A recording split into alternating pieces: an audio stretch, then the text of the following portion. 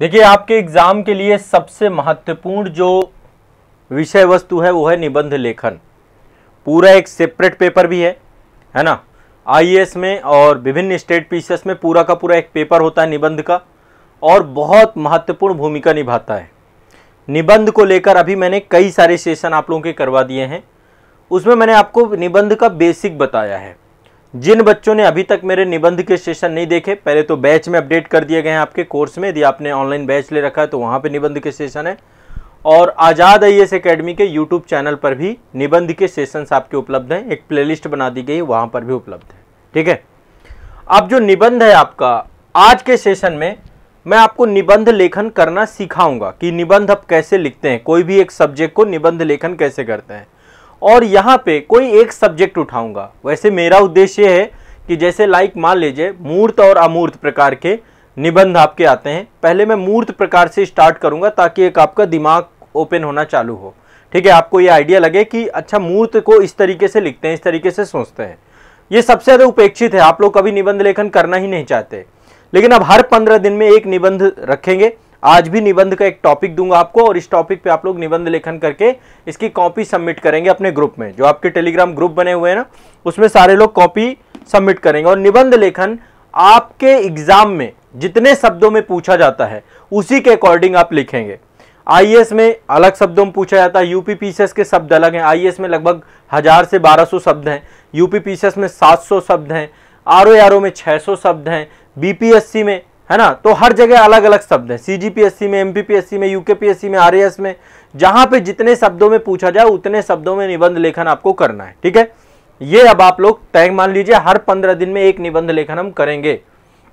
आपको करना भी चाहिए। मैं हर 15 दिन में एक निबंध आपको लिखवाऊंगा। ठीक है, आज भी एक निबंध का टॉपिक दूंगा, इसको लिखवाना भी बताऊंगा, कैसे लिखते हैं, कैसे निबंध लेखन का कार्य करते हैं।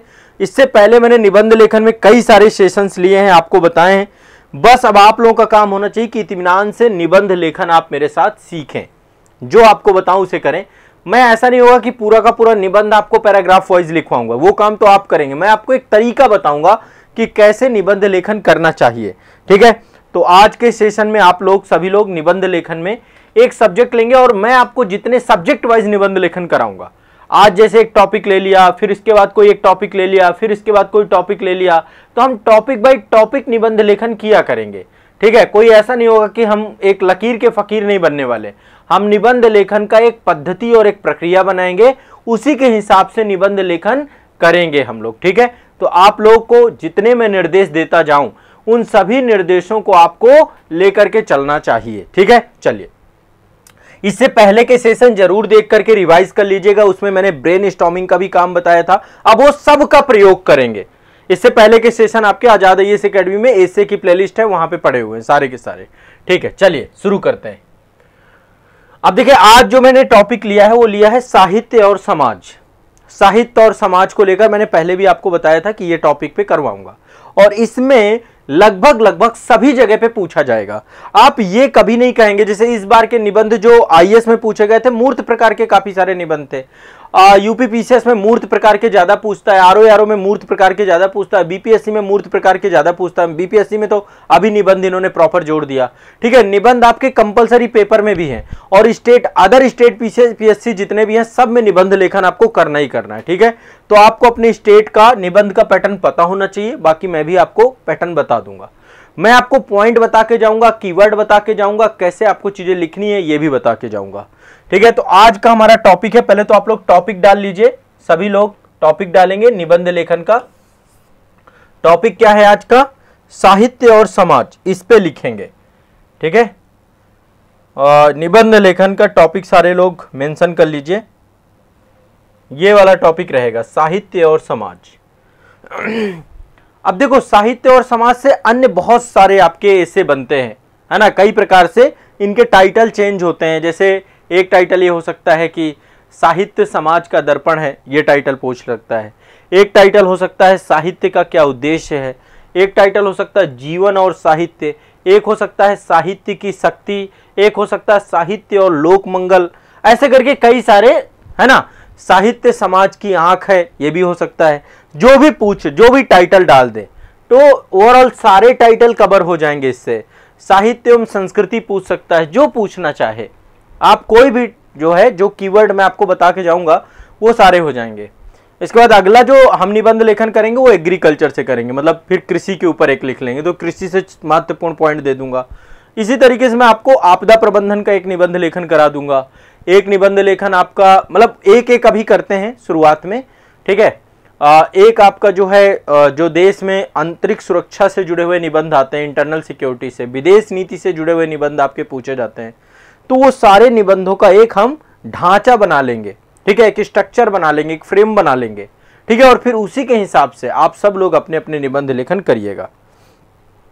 क्लियर है। और अमूर्त प्रकार के भी निबंध मैं आपको पढ़ाऊंगा, ठीक है, जो दर्शन से जुड़े होते हैं। अभी मैंने इससे पहले एक अमूर्त प्रकार का निबंध, जब यूपीएससी का पूरा एएसए का पेपर डिस्कस किया था ना, उसमें अमूर्त प्रकार का एक निबंध मैंने आपको डिस्कस किया है। जिनको भी देखना हो तो यूपीएससी का जो पेपर एएसए का डिस्कशन अभी 2023 वाला मैंने किया था, पहला ही निबंध लेखन आपको करवाया था कि कैसे निबंध को लेकर करते हैं। अब देखिए, निबंध लेखन में आपको 3 से 4 चरणों को फॉलो करना होता है। सबसे पहला चरण होता है कि आपको एक रूपरेखा बनानी होती है।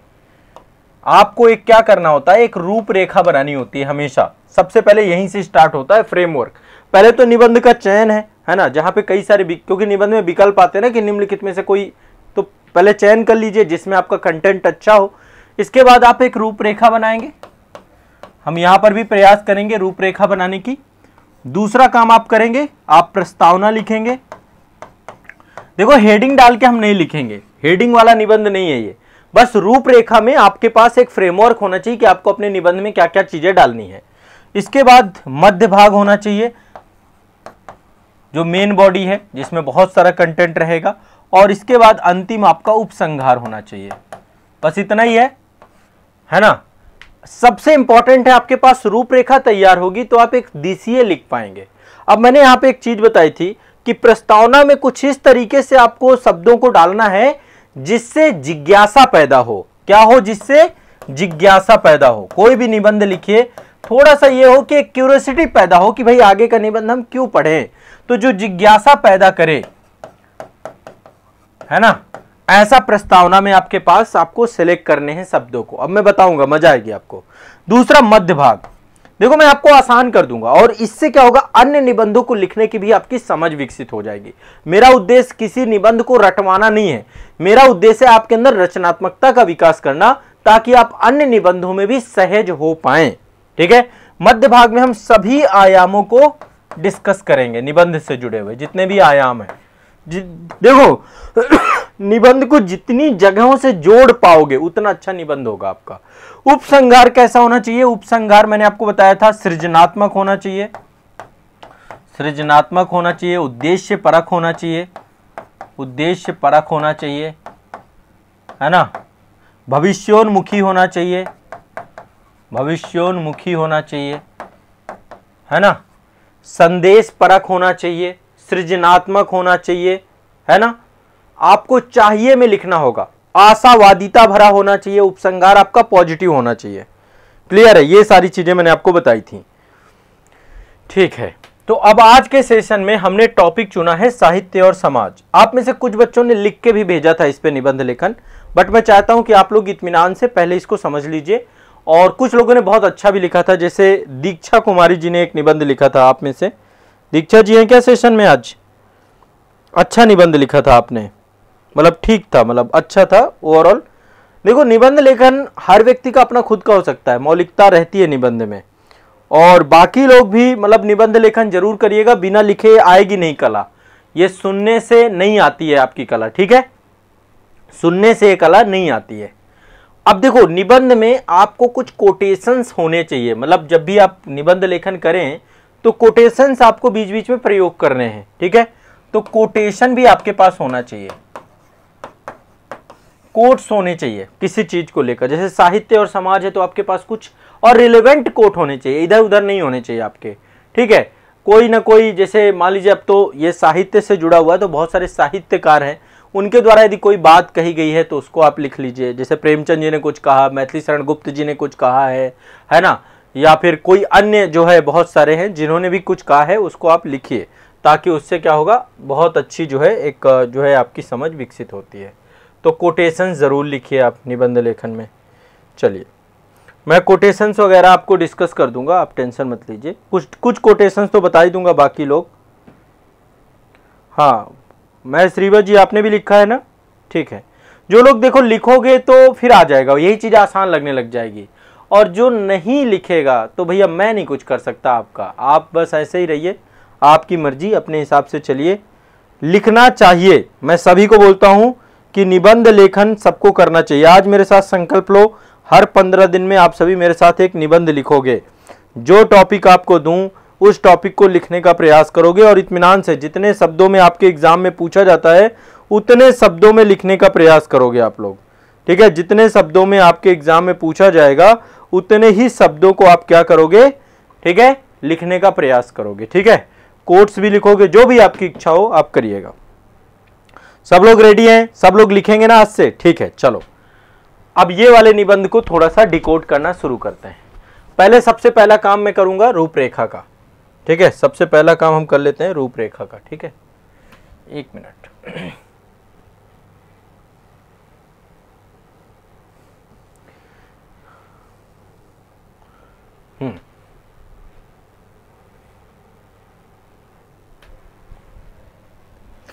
चलिए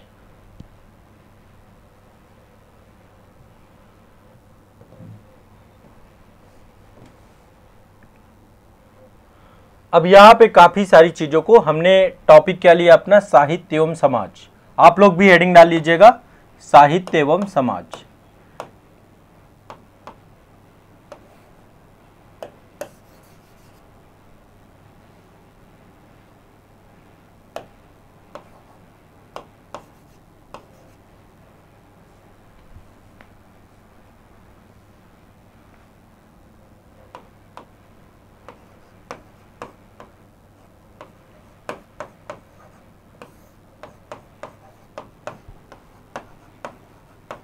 और मैंने आपको अन्य टाइटल बता दिया, अन्य कोई भी टाइटल आता है वो भी आप इसके साथ जोड़ सकते हैं, जो भी आपको बताऊंगा।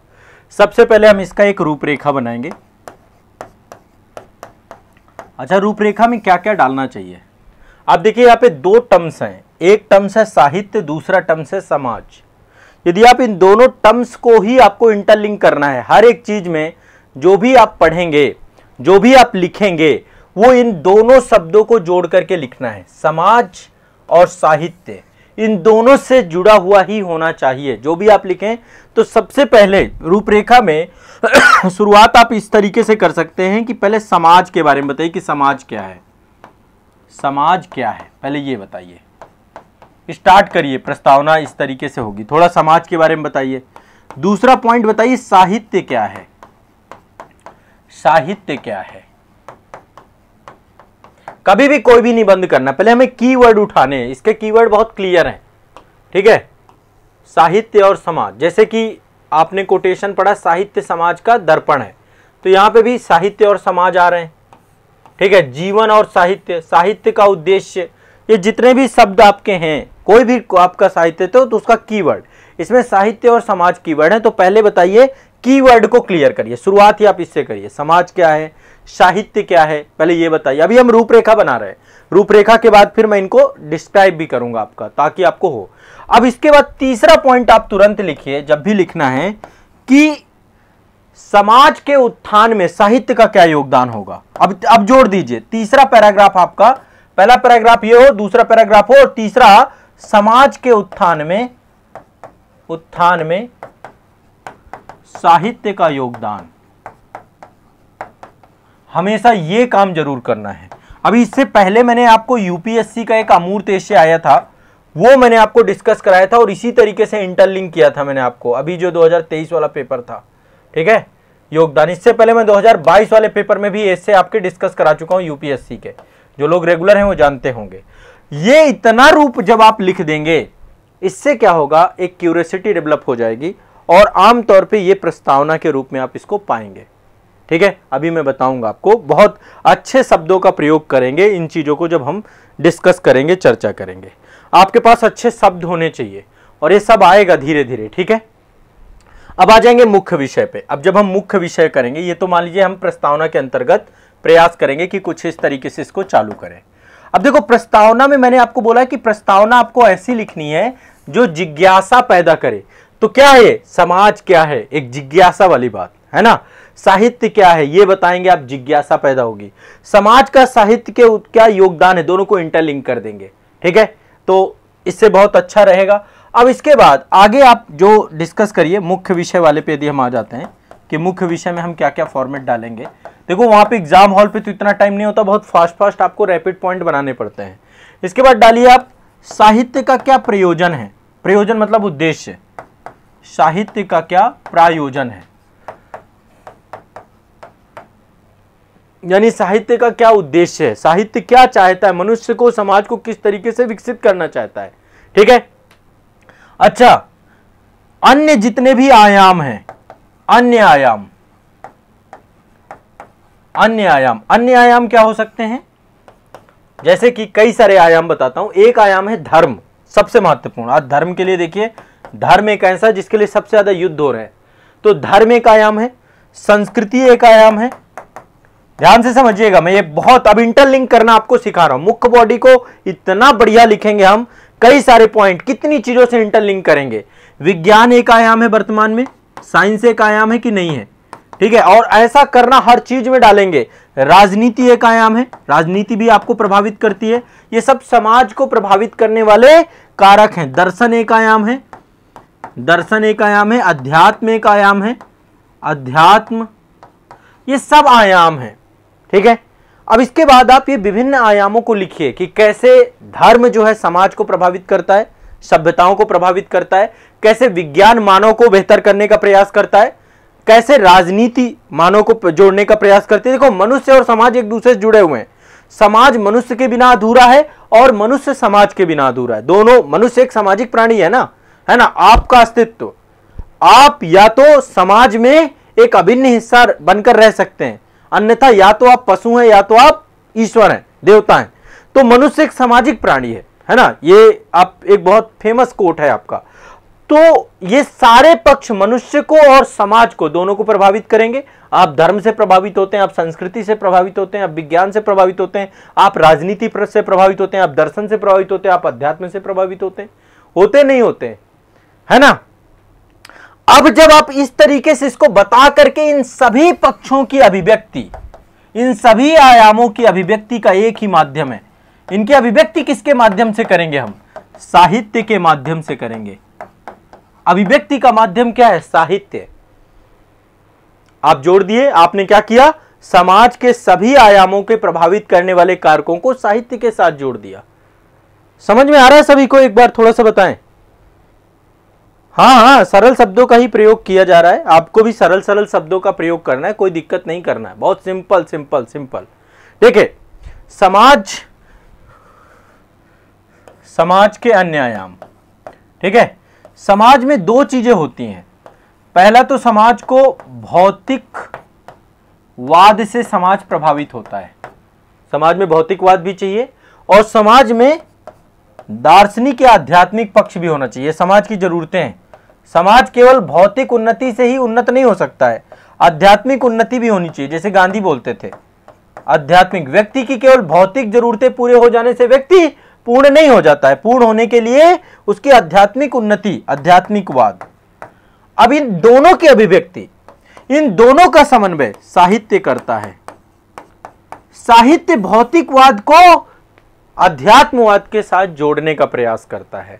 साहित्यकार भौतिक सुविधाओं को दार्शनिक पक्षों के साथ कलात्मक ढंग से उपस्थित करता है, ताकि भौतिकता के साथ हमारा जुड़ाव हो जाए और ताकि आध्यात्मिकता के साथ भी हमारा जुड़ाव हो जाए, ठीक है। अभी इस पे आएंगे, ध्यान से समझने का प्रयास करेंगे इसको भी, मतलब मैं एक एक पॉइंट इनको भी डिस्कस करूंगा, ठीक है। अब साहित्य हमारे मन पर कैसे छाप छोड़ता है, साहित्य का इससे पहले मैं एक पॉइंट और डालता हूं जो थोड़ा सा मुझे लगता है कि बहुत इंपॉर्टेंट है। साहित्य का ऐतिहासिक रूप, है ना। और जब भी कभी साहित्य का ऐतिहासिक रूप डालेंगे ना, तो समाज से जोड़ करके डालेंगे। हमें समाज को हर जगह रखना है, समाज से जोड़ करके क्या। अब जैसे मान लीजिए प्राचीन काल में बहुत सारा साहित्य लिखा गया, वाल्मीकि जी के द्वारा लिखा गया, रामायण लिखी गई, वेद व्यास के द्वारा महाभारत लिखी गई, सब साहित्य है, महाकाव्य है। अब इनमें क्या था? रामायण एक आदर्श सामाजिक व्यवस्था स्थापित करने की पुस्तक है। सोचिए आप लोग, तुलसीदास जी कब थे? अकबर के टाइम पीरियड पे, अकबर के समकालीन थे, और उस समय की जो सामाजिक परिस्थितियां थी उनसे प्रभावित होकर के उन्होंने राम राज्य की कल्पना की। राम को मानव समाज के आदर्श के रूप में रामचरितमानस में प्रस्तुत कर दिया, है ना। तो जो सामाजिक समस्याएं होती हैं, उन सामाजिक समस्याओं की अभिव्यक्ति साहित्य के माध्यम से की जाती है। कभी क्या करता है, समाज की जो अवस्था चल रही होती है, जो वातावरण चल रहा होता है, जो धर्म कर्म चल रहा होता है, जो रीति रिवाज चल रहे होते हैं, जो सामाजिक शिष्टाचार चल रहा होता है, उसी के हिसाब से उसके काव्य की अभिव्यक्ति होती है। जैसा समाज चल रहा होगा, आप खुद सोचिए, अभी रूस यूक्रेन युद्ध चल रहा है, आपको क्या लगता है वहां पे किस प्रकार का साहित्य लेखन हो सकता है ना? किस तरीके का साहित्य लेखन हो सकता है? वहां पर तो युद्धों में क्या होता है, एक पक्ष हारता है, एक पक्ष जीतता है, मरता सिर्फ आम आदमी है। जो देश हार जाएगा वहां पर भी आम आदमी मरेगा, जो विजेता हो जाएगा वहां भी आम आदमी मरेगा। विजेता भी कुछ नहीं दे देगा अपनी जनता को। तो साहित्य लेखन समय परिस्थिति के अनुसार होता है ना। तो साहित्य का ऐतिहासिक स्वरूप हम लोग इसको समझेंगे, समाज के साथ इसको जोड़ेंगे और इसको लिखने का प्रयास करेंगे, ठीक है। इसके अलावा साहित्य कैसे आपके जीवन को प्रभावित करता है, साहित्य कैसे आपके जीवन को प्रभावित करता है, साहित्य का आपके जीवन से जुड़ाव, जीवन से जुड़ाव, जीवन के किन किन पक्षों को आपको करता है। अच्छा, एक चीज और मैं यहां पे इसी पॉइंट को लिखे दे रहा हूं, कवि या जो लेखक होता है ना, कवि या लेखक जो होता है वो समय काल का प्रतिनिधित्व करता है, समय काल का प्रतिनिधि होता है। क्या होता है? रिप्रेजेंटेटिव होता है, एक समय और काल को रिप्रेजेंट करता है। जैसा उसको मानसिक खाद मिलेगा वैसी उसकी कृति होगी। अब यहां पे देखो एक टर्म्स मैंने यूज किया, मानसिक खाद। जैसी परिस्थितियां आपको मिलेंगी वैसा ही आप लिखेंगे।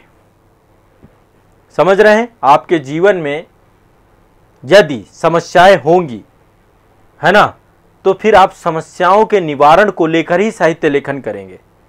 और यदि जीवन में प्रसन्नता है, उल्लास है, बहुत अच्छा बात। अच्छा, इतने सारे विदेशी आए भारत में, ह्वेनसांग आया, फायान आया, इन्होंने क्या लिखा? उस समय की समस्याओं को लिखा, उस समय के राजाओं के चरित्र को लिखा। मेगास्थनीज ने इंडिका में क्या लिखा?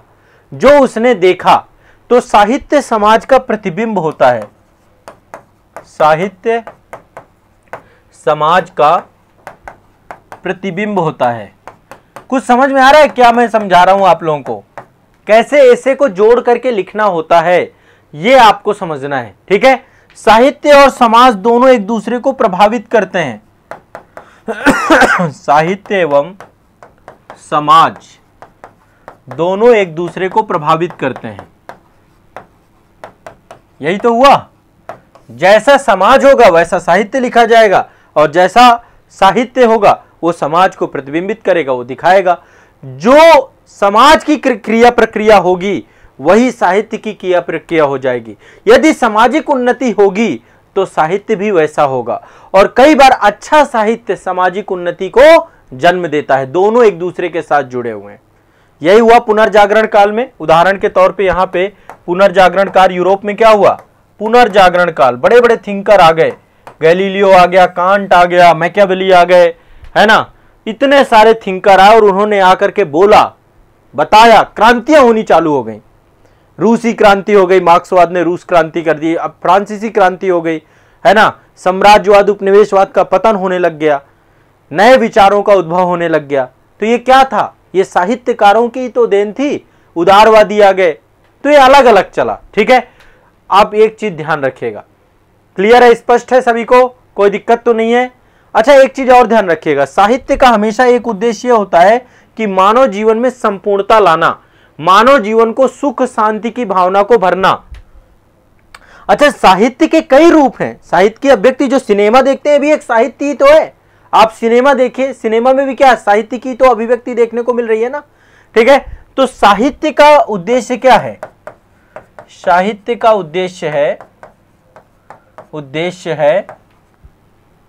उद्देश्य मानव जीवन में पूर्णता लाना। कबीरदास ने क्या किया? तुलसीदास ने क्या किया? गुरु रामदास ने क्या किया? भक्ति आंदोलन क्या था? शंकराचार्य ने क्या किया? महाराष्ट्र के धरकरी और बरकरी संप्रदाय ने क्या किया? मानव को संपूर्ण बनाने का प्रयास किया ना। साहित्य का प्रभाव इतना व्यापक होता है कि शस्त्र का प्रभाव कमजोर पड़ जाता है। साहित्य के प्रभाव के सामने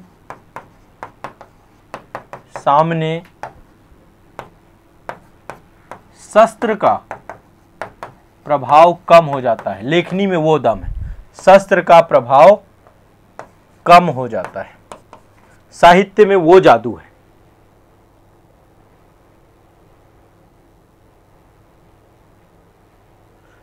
ठीक है, कुछ लोगों को लग रहा है क्या चल रहा है, ये निबंध लेखन की क्लास है बेटा। आज जो है निबंध लेखन कर रहे हैं, साहित्य और समाज को लेकर के हम जोड़ करके चीजों को लिख रहे हैं। ठीक है, साहित्य हमारे अमूर्त भावों को मूर्त रूप देने का प्रयास करता है। देखो कितने सारे पॉइंट मैंने लिख डाले। साहित्य हमारे अमूर्त भावों को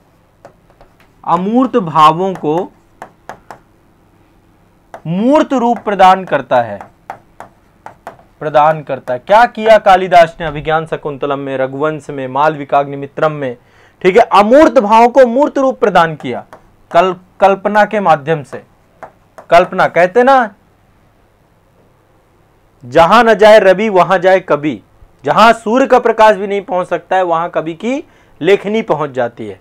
ठीक है, अच्छा साहित्य क्या करता है? जो उस समय समाज में, किसी जाति में, संप्रदाय में, धर्म में जो भी मान्यता विचार होंगे उसी हिसाब से साहित्य लेखन होगा। तो साहित्य लेखन सामाजिक प्रतिमानों के अनुसार होगा। जो सामाजिक प्रतिमान होंगे, प्रतिमान के अनुसार होगा। आप देखिए, बौद्ध धर्म और जैन धर्म, दो धर्मों का उद्भव हो गया आपका, है ना। कैसे हुआ? क्योंकि उस समय की जो विडंबना थी, समस्याएं थी उनको। ठीक है, आप देखिए मुस्लिम धर्म में मूर्ति पूजा नहीं होती, मूर्ति पूजा के विरोधी होते हैं। तो जो भी मुस्लिम धर्म के आप नाटक और साहित्य देखेंगे उन सभी में क्या होगा? इनका अभाव देखने को मिलेगा। तो आप देखिए, जो जिस समाज की मान्यता होगी उसी मान्यता के हिसाब से साहित्य लिखा जाएगा। ठीक है, और इसके बाद फिर उपसंहार लिख डालिए। उपसंहार में लिखिए साहित्य और समाज के संबंध को लेकर। इसके बाद उपसंहार आ जाएगा। बहुत ज्यादा पॉइंट हो जाएंगे फिर। अभी मैं आपको और बहुत 10 पॉइंट और लिखवा सकता हूं। इसके बाद उपसंहार में साहित्य और समाज को स्पष्ट कर दीजिए। तो ये आपका इतने सारे पॉइंट मैंने लिखे आपके। ठीक है, तो सबसे पहला आपको क्या करना है? एक फ्रेमवर्क बनाना है। ये पहले तो केवल फ्रेमवर्क है। जैसे ही आपके पास पेपर आएगा, पेपर के तुरंत बाद एक फ्रेमवर्क क्रिएट करिए और उस फ्रेमवर्क में जो जो पॉइंट आपके पास आए, और हमेशा मैंने आपको बताया कि ऐसे में पहले कीवर्ड निकालिए कि क्या कीवर्ड है, फिर उन कीवर्ड को प्रस्तावना में स्पष्ट ही कर दीजिए। एग्जामिनर को ये हो जाए शुरुआत में थोड़ा शब्दों का अच्छा प्रयोग करेंगे तो और बढ़िया हो जाएगा। जैसे लाइक मैं आपको थोड़ा सा, पहला है समाज क्या है। समाज क्या है, ये आपको सबसे बड़ी महत्वपूर्ण बात है। अब यहाँ पे क्वेश्चन जो आपका पूछा गया है, ये मतलब कि जो निबंध है वो साहित्य और समाज। अच्छा, अभी तक कुछ समझ में आ रहा है सभी को? बताइए, कोई दिक्कत है? सभी को समझ में आ रहा है मैं क्या समझाना चाह रहा हूं? रूपरेखा में जितने पॉइंट लिखे, इसमें किसी को कोई दिक्कत हो बताइए।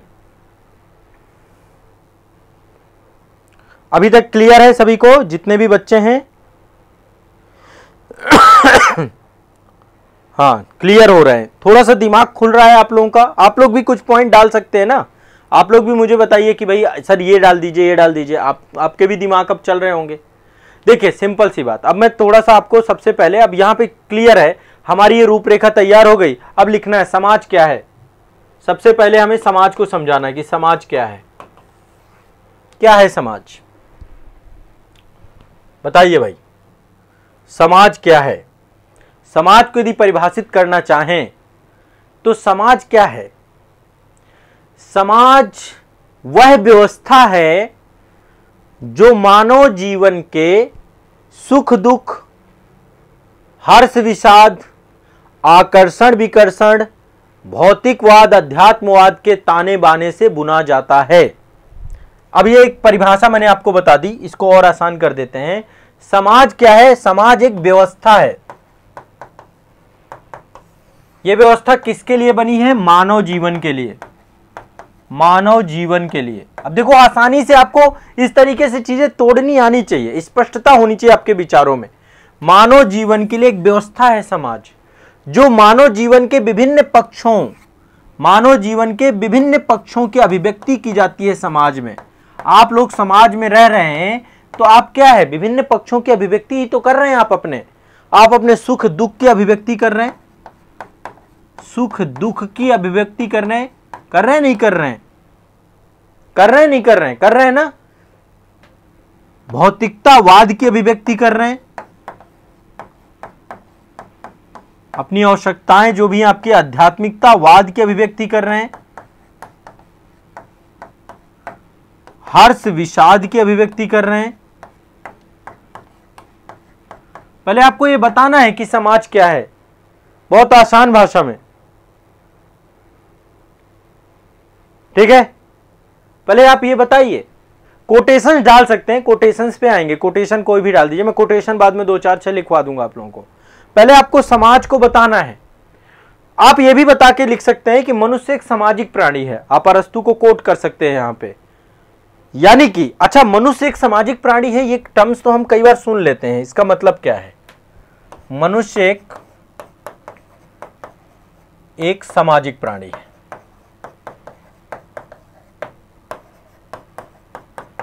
ठीक है, ये टर्म्स आप लोग इससे इसको भी ले सकते हैं। पहले आप समाज को थोड़ा बता दीजिए। देखिए मैंने आपको समाज को बहुत आसान भाषा में बता दिया। अब मनुष्य एक सामाजिक प्राणी है। अब मनुष्य एक सामाजिक प्राणी होने के कारण से मनुष्य क्या है, मनुष्य सामाजिक समस्याओं का जन्मदाता है, सामाजिक समस्याओं का जन्मदाता है, नंबर 1। ठीक है, दूसरा क्या है, मनुष्य, पहला तो मनुष्य सामाजिक समस्याओं का जन्मदाता है। ठीक है, सृष्टा है, हम सृष्टा हैं, खुद ही हम हैं तभी प्रॉब्लम्स है कि नहीं है कि नहीं है, बताइए। और जब हम इन सामाजिक समस्याओं को पैदा करते हैं तो हम इनसे स्वयं प्रभावित होते हैं, स्वयं भी प्रभावित होता है,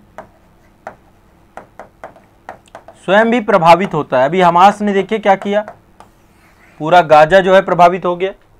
हम स्वयं भी प्रभावित होते हैं इन समस्याओं से, पहले समस्याओं को पैदा करते हैं। कोरोना वायरस को देख लीजिए, कोविड ने क्या किया, समाज में आया, किसने पैदा किया, सब हमारी ग्लोबल वार्मिंग क्या है, सिंपल सा है, ग्लोबल वार्मिंग एक सामाजिक समस्या, वैश्विक समस्या बन गई। आज प्रभावित कौन होगा, हम सब होंगे।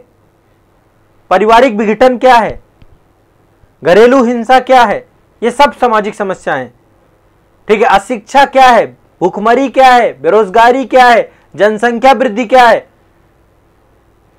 स्वास्थ्य से जुड़ी हुई समस्याएं क्या हैं, कुपोषण क्या है, किसने पैदा किया, भगवान ने पैदा किया। ये सब मनुष्य के द्वारा, व्यक्ति के द्वारा। मनुष्य एक सामाजिक प्राणी है, सामाजिक समस्याओं का जन्मदाता है, इनका सृष्टा है। समझ रहे हैं बात को।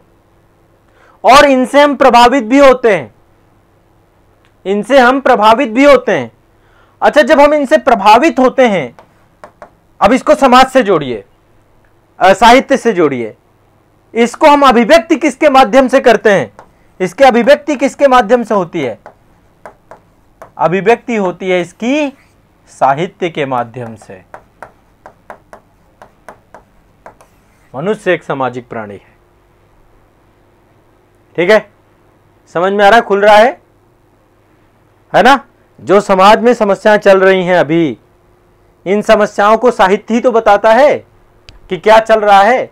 प्रेमचंद की कितनी सारी, गोदान पढ़ लीजिए, कर्मभूमि पढ़ लीजिए, गबन पढ़ लीजिए, महाभारत पढ़ लीजिए, रामायण पढ़ लीजिए, उस समय की समसामयिक समस्याओं को दिखाया गया कि नहीं दिखाया गया, कैसी समस्याएं होनी चाहिए, दिखाया गया कि नहीं दिखाया गया, बताइए। क्लियर है। तो कोई भी समाज की समस्याओं का मुखर रूप कहां से अभिव्यक्त होता है? साहित्य से। होता है नहीं होता है? अच्छा, जब कोई समस्या का जन्म दिया जाएगा तो उसका समाधान भी खोजा जाएगा, समाधान भी खोजा जाएगा, और समाधान की अभिव्यक्ति भी किसके माध्यम से होगी? साहित्य के माध्यम से होगी। इंटरलिंक करना है हर जगह पे साहित्य और समाज को, ठीक है। तो पहले तो आप समाज के बारे में शुरुआत में बताएंगे कि समाज क्या है, समाज के बारे में बताइए शुरुआत में, ठीक है। और जब आप लिखेंगे, ठीक है, कि समाज वह व्यवस्था है जो मानव जीवन के सुख दुख को, हर्ष विषाद को, आकर्षण विकर्षण को, आध्यात्मिकता भौतिकवाद को अभिव्यक्ति करने का एक माध्यम है, एक प्रणाली है। और भी बहुत सारी परिभाषाएं हो सकती हैं, आप अपने हिसाब से देख लीजिए। समझ रहे हैं? क्लियर है, स्पष्ट है। समाज में ही मानव जाति अपना अस्तित्व बना करके रखती है, समाज में ही मानव जाति की आत्मा स्पंदित करती है, समाज में ही मानव जाति अपने जीवन की व्याख्या करती है। मानव को उसके जीवन से लेकर उसकी मृत्यु तक मनुष्य समाज केंद्रित रहता है, और इन सब की अभिव्यक्ति साहित्य के माध्यम से की जा सकती है, ठीक है। यदि इस तरीके से आप कुछ इसको लिखें, और इसके बाद बताइए, मनुष्य एक सामाजिक प्राणी है, बिना समाज के हमारा कोई अस्तित्व नहीं है। क्यों? क्योंकि जब समाज में हम रहते हैं तो बहुत सारी प्रॉब्लम्स को जन्म देते हैं, कई सारे विचारों को जन्म देते हैं, कई सारी भावनाओं को जन्म देते हैं, और इन विचारों भावनाओं के हम सृष्टा होते हैं और स्वयं इन विचारों भावनाओं से प्रभावित होते हैं, ठीक है। और इसी का मुखर रूप आपका क्या है? साहित्य है। विद्वानों ने इसीलिए साहित्य को समाज का दर्पण कहा है, ये भी लिख सकते हैं आप। क्या हो गया? साहित्य समाज का दर्पण हो गया। अच्छा, अब दूसरा टर्म्स मैंने आपको यहां पे, पहला तो आप देखो, अब इस पे कई सारे पॉइंट आप इकट्ठे करना, ठीक है। मैं हर एक चीज बताने लग जाऊंगा तो फिर बहुत ज्यादा हो जाएगा। इसको आप लोग लिख लोगे, एक बार कमेंट सेक्शन में बताओ। पहला पॉइंट क्लियर है? पहला पॉइंट क्लियर है क्या? हाँ, ठीक है, दिमाग खुल रहा है ना। अच्छा, अब दूसरा पॉइंट है साहित्य क्या है। दूसरा पॉइंट है साहित्य क्या है, साहित्य का क्या मतलब है।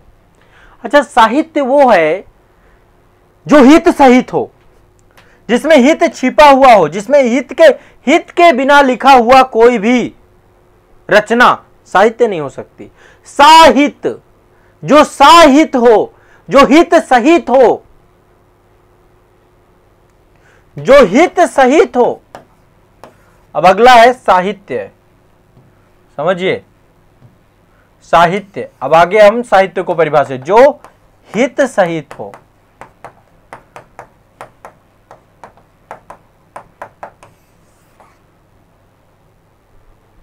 अभिव्यक्ति भाषा के माध्यम से हो, भाषा के माध्यम से हितकारी साहित्य के रूप में प्रकट हो, साहित्य कहलाता है। भाषा मनुष्य की सामाजिकता को विशेष रूप से पुष्ट करती है, मनुष्य को सामाजिक प्राणी के तौर पर स्टैब्लिश करती है, उसके सुख दुख में भाग लेने के सहकारिता के भाव को उत्पन्न करती है। साहित्य मानव की पारस्परिक सामाजिक संबंधों को दृढ़ बनाने का काम करता है। समझिए बात को, जो हित सहित हो वही साहित्य है, ठीक है। साहित्यकार साहित्य में समाज से जुड़ी हुई सारे मुद्दों को उठाता है, क्योंकि साहित्यकार क्या है? एक सामाजिक प्राणी है। वो उन्हीं समस्याओं से भी प्रभावित हो रहा है जो कि समाज में मानव के द्वारा रची की गई है। जिसमें संपूर्ण मानव जाति का हित सम्मिलित हो, वो आपका साहित्य है। संपूर्ण मानव जाति का हित सम्मिलित हो,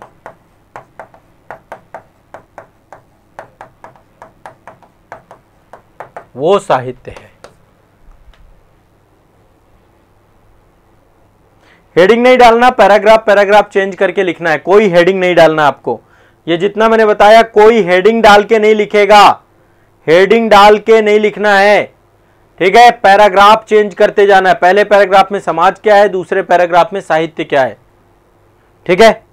तो पहले समाज बताया फिर साहित्य बताया, ठीक है ना, कि साहित्य साहित्यकार के भावों को समाज में प्रसारित करता है, सामाजिक जीवन को स्वयं मुखरित करता है। साहित्यकार भी सामाजिक प्राणी के तौर पे सामाजिक समस्याओं को उठाता रहता है। क्लियर है। अब नेक्स्ट है समाज की उन्नति में साहित्य का योगदान। अब आपको दोनों को इंटरलिंक कर देना है कि समाज की उन्नति कब हो सकती है, जब हमारा हृदय संवेदनशील हो, जब हमारी बुद्धि विकसित हो, जब हमारी बुद्धि परिष्कृत हो, तभी तो समाज का। भाई देखिए सिंपल सी बात है, यहां पे मैंने आपको एक बहुत अच्छी बात बताई। मैंने बताया मनुष्य एक सामाजिक प्राणी है जो कि सामाजिक समस्याओं को जन्म देता है। तो सामाजिक समस्याओं का समाधान कैसे निकलेगा? सामाजिक समस्याओं का समाधान निकलेगा जब हमारे अंदर संवेदनशीलता हो, हृदय में सहिष्णुता हो, हम मानव को मानव समझें। हमारे हृदय में क्या होनी चाहिए? हृदय संवेदनशीलता, यही समाधान है,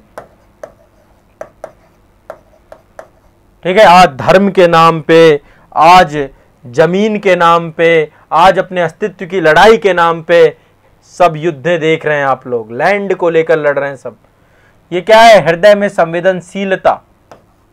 पहला पॉइंट ये है, ठीक है। हृदय संवेदनशील होना चाहिए, ठीक है। बुद्धि विकसित होनी चाहिए। मानव बुद्धि कैसी होनी चाहिए? विकसित होनी चाहिए, पूर्ण विकसित होनी चाहिए। मानव बुद्धि विकसित होनी चाहिए, परिष्कृत होनी चाहिए। अच्छा, ये कैसे संभव है? क्या ये एक अच्छे साहित्य से संभव है? अब इंटरलिंक कर लीजिए। इस सब को करने का सबसे प्रभावी माध्यम साहित्य ही है, क्योंकि साहित्य हमारे मन को संवेदनशील बनाता है, हमारे हृदय को संवेदनशील बनाता है, हमारी बुद्धि को तेज करता है, बुद्धि को परिष्कृत करता है। यदि हम साहित्य का सेवन करेंगे तो हमारा मन, हमारा हृदय उदार होता चला जाएगा। साहित्य के आनंद से हमारे अंदर सतोगुण आ जाएगा। साहित्य सेवन से मनुष्य की भावनाएं कोमल हो जाएंगी। साहित्य सेवन से हमारे अंदर मनुष्यता का विकास आ जाएगा, शिष्टता का विकास आ जाएगा, सभ्यता का विकास आ जाएगा, दूसरों के साथ व्यवहार करने की कुशलता आ जाएगी, समाज में शांति की स्थापना हो जाएगी। तो जीवन में निर्विवाद रूप से, इस समाज में निर्विवाद रूप से मनुष्य के उत्थान के लिए, समाज के उत्थान के लिए साहित्य का महत्वपूर्ण योगदान है। बताइए, कोई दिक्कत है इतने में? इतना समझ में आ रहा है? क्या आपने प्रस्तावना लिख ली? ये 3 पॉइंटों को यदि आप अच्छे से जोड़ पाएं कि साहित्य क्या है, समाज क्या है और समाज के उत्थान में साहित्य का योगदान क्या है, आसानी से आप जो है प्रस्तावना लिख डालेंगे और बहुत शानदार प्रस्तावना लिख डालेंगे। बताइए,